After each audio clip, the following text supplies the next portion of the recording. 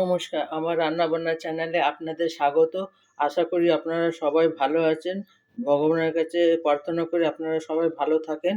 আজকের রেসিপি হচ্ছে চিংড়ি মাছ দিয়ে পুঁই শাকের ঘন্ট। তার জন্য এখানে আমি ১ কেজি পুঁই শাক নিয়েছি। এখানে এক একটু আদা কুচি বেটে রেখেছি। এখানে ৫০০ মতন কুমড়ো কেটে রেখেছি, কচি কুমড়ো। এখানে একটা বেগুন কেটে রেখেছি। এখানে কচু ৫০০ মতন কচু আমি সেদ্ধ করে রেখেছি, নুন দিয়ে সেদ্ধ করে। আর এখানে আমার ৫০০ চিংড়ি মাছ আছে, নুন হলুদ দিয়ে মাখিয়ে রেখেছি। এবার আমি গ্যাসে কড়াটা বসিয়ে দিচ্ছি। আমি গ্যাসে কড়াটা বসিয়ে দিয়েছি, কড়াটা গরম হয়ে গেছে। এবার কড়াইয়ে আমি তেল দিয়ে দেব বেগুনটা ভাজার জন্য, কারণ আমি একটু বেগুনটা ভেজে তুলে নেব। তেলটা আপনার যে যা পরিমাণ মতো দেবেন।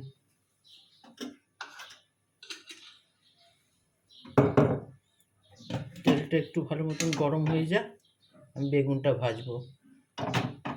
গ্যাসের ফ্লেমটা হাই রাখবো, কারণ বেগুন লো ফ্লেমে ভাজলে খুব বেশি তেল টানে বেগুনে।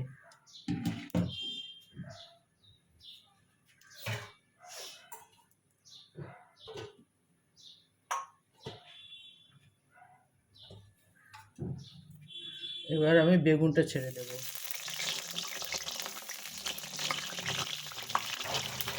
বেগুনে একটু আমি নুন দেব,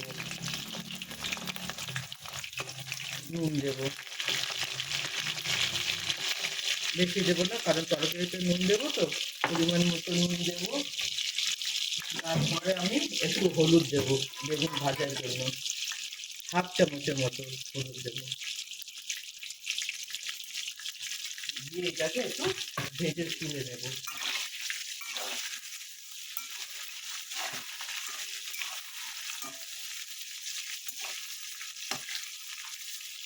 বেগুনটা ভেজে নিলে তরকারির স্বাদটা বেশ ভালো লাগে। বেগুনটা ভালো মতন একদম ঘেঁটেও যায় না।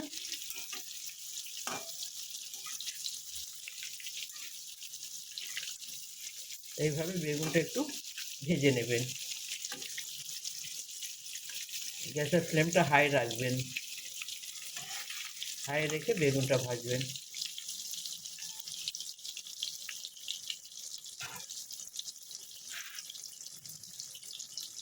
একটু লাল লাল করে ভেজে নিই।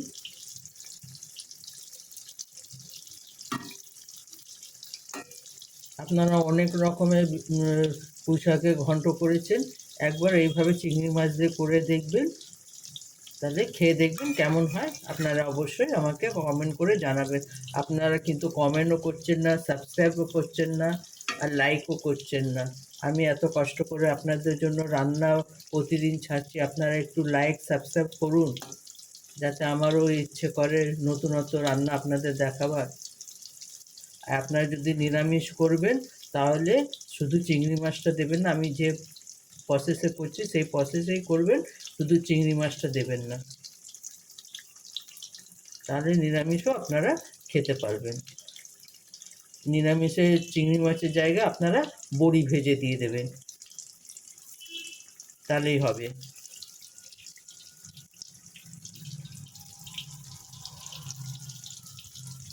এখন আমার বেগুনটা হালকা হালকা ভাজা হয়ে,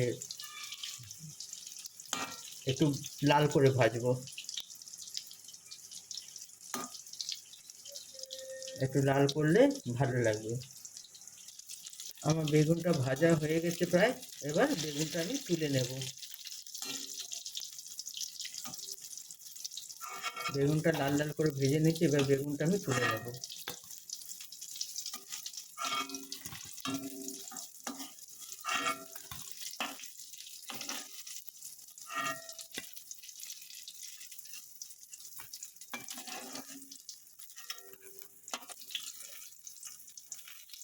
আমি বেগুনটা ভেজে তুলে নিলাম। তোলার পরে এবার আমি একটু রাঁধুনির ফোড়ন দেব। রাঁধুনি ফোড়ন দেব। তারপরে আমি অর্ধেক পেঁয়াজ কুচিয়ে রেখেছিলাম, অর্ধেক পেঁয়াজটা দেবো। দিয়ে এটা ভেজে নেব, বেশি ভাজবো না। হালকা করে ভেজে নেব।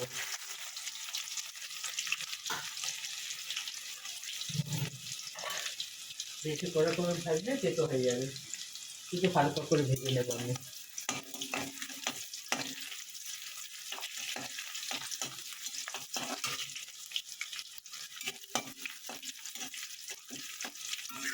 রাঁধুনির সঙ্গে পেঁয়াজটা দিয়ে ভাজলে বেশ সুন্দর গন্ধ ছাড়ে, এটাতে ঘন্টটা ফ্লেভারটা ভালো বেরোয়।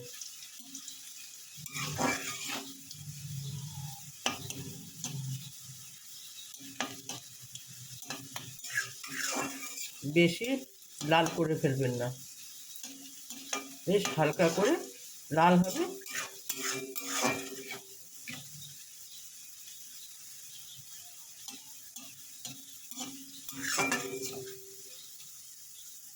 দেখুন আমার হালকা হালকা ভাজা হয়ে গেছে।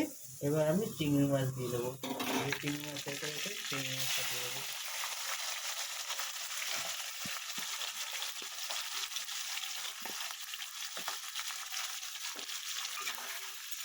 চিংড়ি মাছটা দিয়ে একটু চিংড়ি মাছটা ভাজা ভাজা করে নেব।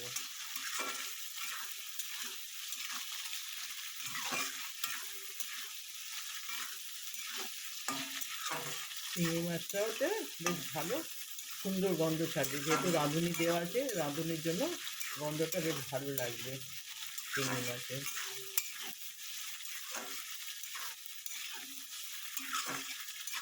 এরপর আমি এটাকে একটু ভালো করে ভেজে নেব। চিংড়ি মাছ থেকে জল বেরোয়, সেটা জলটা একটু ভাজা ভাজা করে নেব। বেশি ভাজা ভাজা করবো না, নাহলে চিড়ে হয়ে যাবে। অল্প করে ভেজে নেব।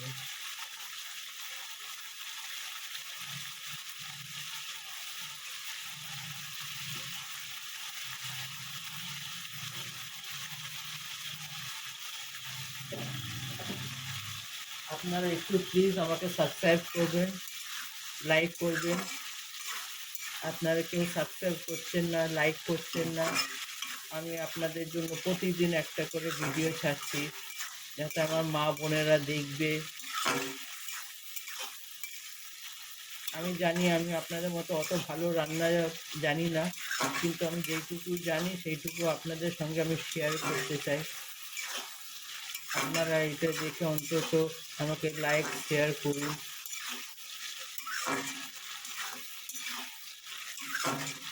বেল বাটনটা অবশ্যই টিপবেন, যাতে আমি যে কোনো ভিডিও আপলোড করলেই আপনাদের কাছে সঙ্গে সঙ্গে পৌঁছে যাবে।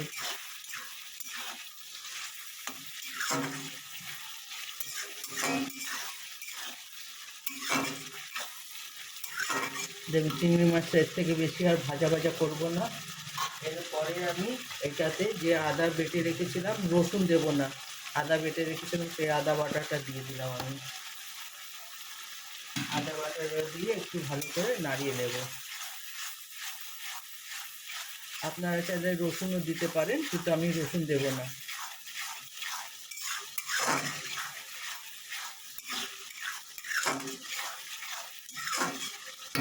এরপরে আমি একটু মশলা দেব। মশলাটা আমি হলুদের গুঁড়ো দেব। হলুদের গুঁড়ো আপনারা যে যার তরকারির কালার অনুযায়ী দেবেন।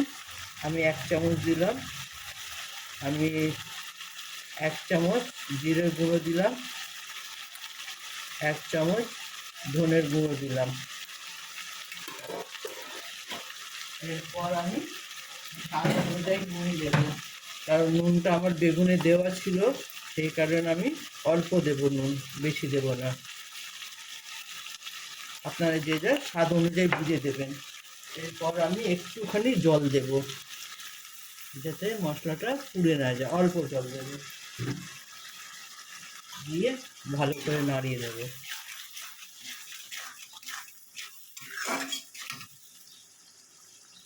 এরপর আমি 2টো কাঁচা লঙ্কা দেব। আমাদের কাঁচা লঙ্কা খুব ঝাল, সেই কারণে আমি 2টো দেব, 2টোতে অনেক ঝাল হয়ে যায়। কারণ এখন গুঁড়ো লঙ্কা খেতে বারণ করে, তো সেই কারণে আমি গুঁড়ো লঙ্কা দিই না, আমি কাঁচা লঙ্কারই তরকারি করি। আপনারা একবার এইভাবে রান্না করে দেখবেন। আপনাদের কেমন লাগে অবশ্যই আমাকে কমেন্ট করে জানাবেন। এটা একটু মশলাটা কষা হয়ে যাক। আমার প্রায় কষা কষা হয়ে এসছে। এরপরে আমি কচুটা দিয়ে দেব। কচুটা দিয়ে একটু ভালো মতন কষে নেব। আমার কচুটা সেদ্ধ করাই আছে, বেশি সেদ্ধ করিনি, হালকা সেদ্ধ করেছি। হালকা সেদ্ধ করে আমি জলটা ফেলে দিয়েছি, যদি এখন এই কচু কুটকুটায় সেই কারণে আমি জলটা ফেলে দিয়েছি। এটাকে আমি ভালো মতন কষে নেব।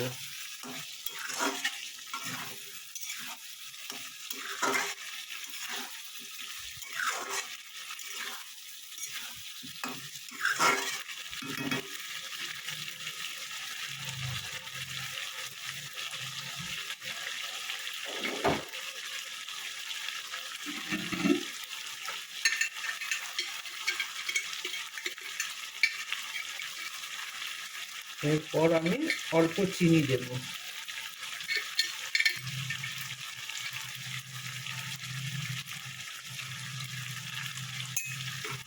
আপনারা চাইলে দিতে পারেন আর স্কিপ করতে পারেন। এবার এটাকে আমি ভালো মতন কষে নেব।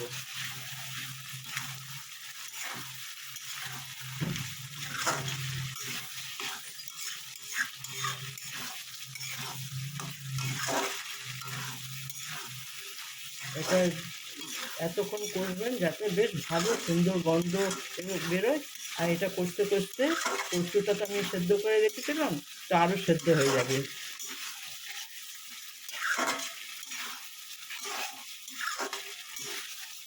এইভাবে একবার রান্না করে দেখবেন। কারণ পুঁইশাকের ঘন্ট সবাই অনেকে অনেক রকম করে রান্না করে, আপনি একবার এইভাবে রান্না করে দেখবেন। নিরামিষ হলে খালি চিংড়ি মাছটা দেবেন না, বাকি এইভাবে করবেন। একবার খেয়ে দেখবেন, এটা বেশ ভালো লাগে খেতে।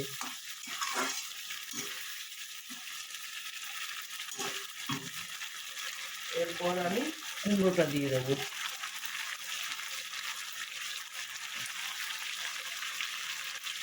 কুমড়ো দিয়ে একটু কষে নেব।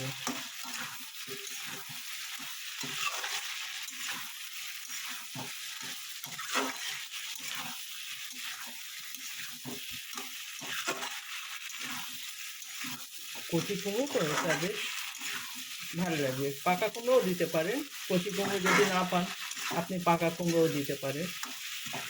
আমি কচি কুমড়ো পেয়েছিলাম বলে, সবজিওয়ালা এসেছিল, সবজিওয়ালা থেকে কচি কুমড়ো পেয়েছিলাম বলে কচি কুমড়ো আমি দিয়েছি।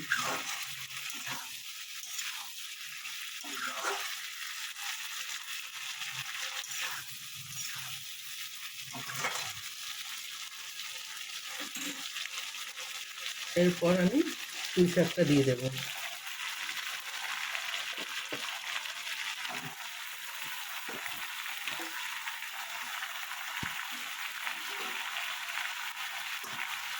পুঁই শাকটা দিয়ে ভালো করে নামিয়ে নেব।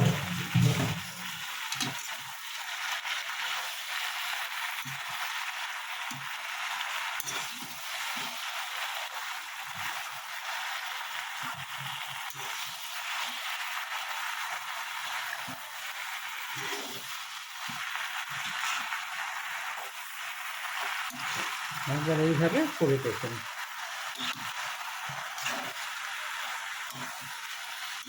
কচু দিলে না বেশ ভালো লাগে কচু।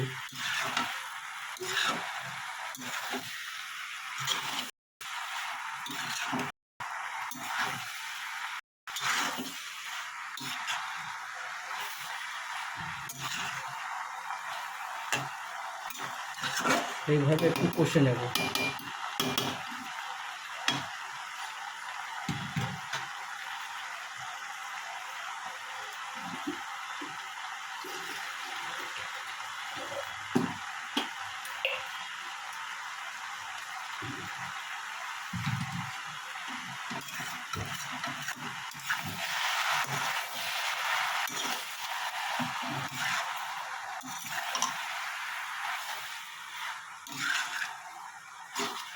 এবার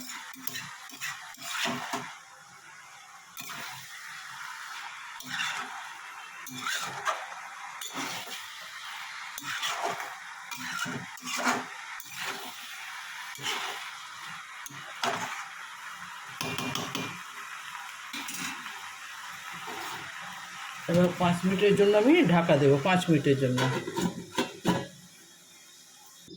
5 মিনিট হয়ে গেছে, ঢাকাটা সরাবো। একটু ভালো করে নাড়িয়ে দেবো।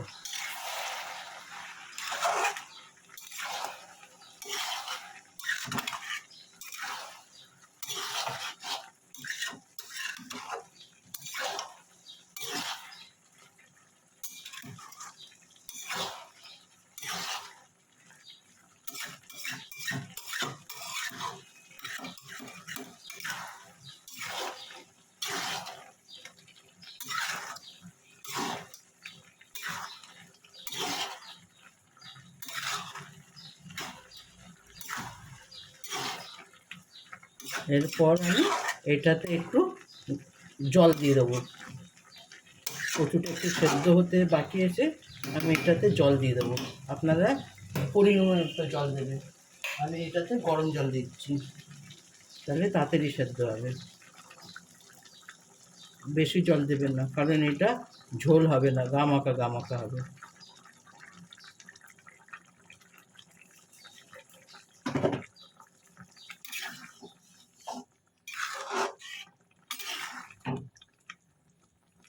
এবার ভালো করে নাড়িয়ে আমি ঢাকা দিয়ে দেবো।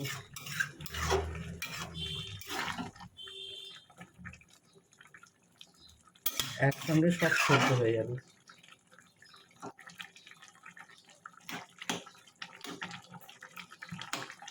এইভাবে এবার আমি 10 মিনিটের জন্য ঢাকা দিয়ে দেবো। 10 মিনিট পরে আপনার সঙ্গে দেখা হচ্ছে। এরপরে ঢাকাটা সরিয়ে দেখবো, একটু নাড়িয়ে দেবো। এখানে একটু জল আছে, এই জলটা শুকোবে।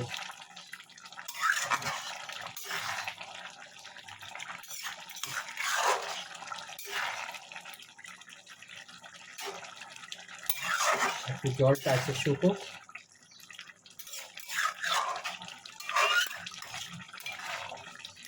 এরপর আমি বেগুনটা দিয়ে দেবো, যে বেগুনটা আমি করে রেখেছিলাম, ভেজে রেখেছিলাম।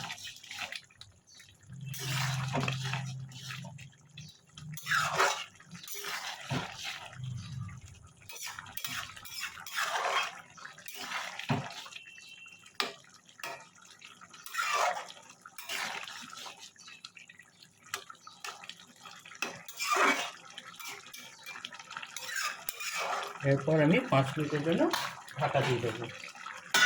5 মিনিট পরে আপনাদের সঙ্গে দেখা করছি। 10 মিনিট হয়ে গেছে, এবার ঢাকাটা সরিয়ে দেখবো।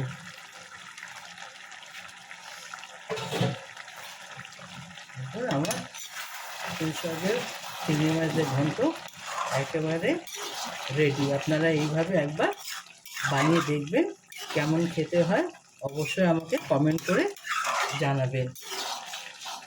আর নিরামিষ করলে আপনারা চিংড়ি মাছ দেবেন না, কিন্তু যেভাবে রান্না করেছি সেইভাবে একবার রান্না করে দেখবেন। ভাতের সঙ্গে, রুটির সঙ্গে খুব ভালো লাগে খেতে।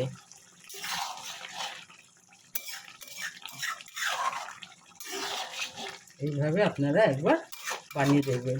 আপনারা এইভাবে একটু ঝোল রাখতে পারেন, বা একেবারে গা মাখা তেলের ওপরে রাখতে পারেন, সেটা আপনাদের ইচ্ছা, আপনারা কীভাবে এটা নামাবেন। এইভাবে আপনারা একবার অবশ্যই রান্না করে দেখবেন, আর কমেন্ট করে আমাকে জানাবেন।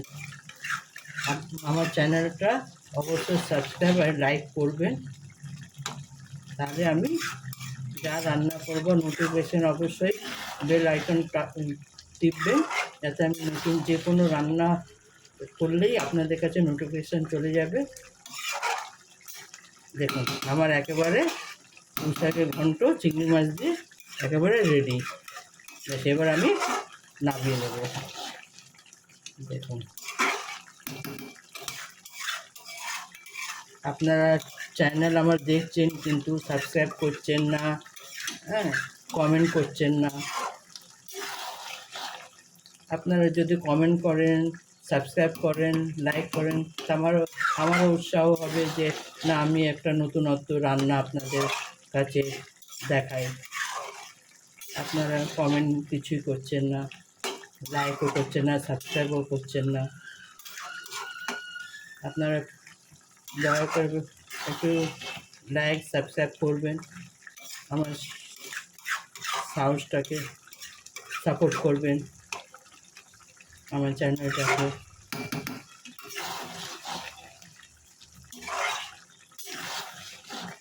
আমি খুব একটা আহামরি রান্না কিছু করি না, যেটুকু বাড়িতে রান্না করি সেইটাই আপনাদের সঙ্গে শেয়ার করি।